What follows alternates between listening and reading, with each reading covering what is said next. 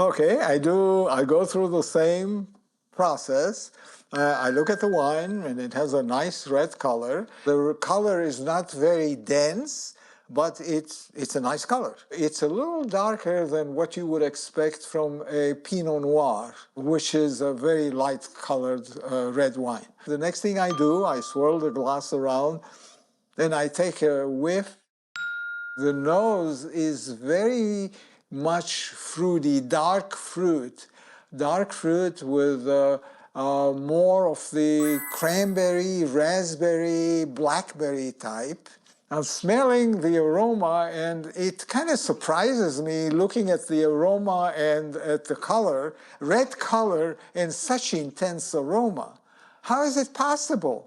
Because usually aromatic red wines lose their aromatic qualities when they are chilled.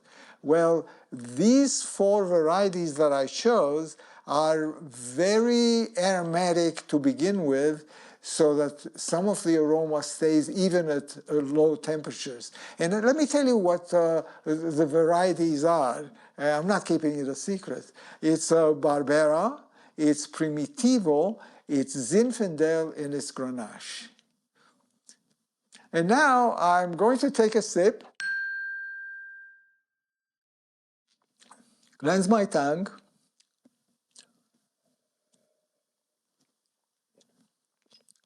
take another sip, and now I'm thinking, what am I tasting?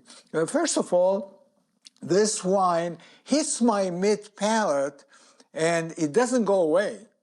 It stays there for a few seconds, maybe quite a few seconds, and it kind of evolves, and I'm tasting different flavors, mainly dark berry flavors, and some maybe a slight earthiness too, but then I am not getting any astringency from the wine. It's smooth and it's soft. And that's why I think it's going to pair very well with sushi. And now, let me take a third sip and concentrate on the finish.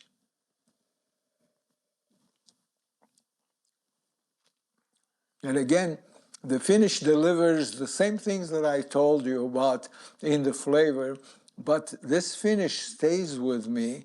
And this is the nice thing about all of these three wines, that the finish always stays with you. It doesn't go away. And it really pairs well with the umami flavors of sushi, which I wish I had here.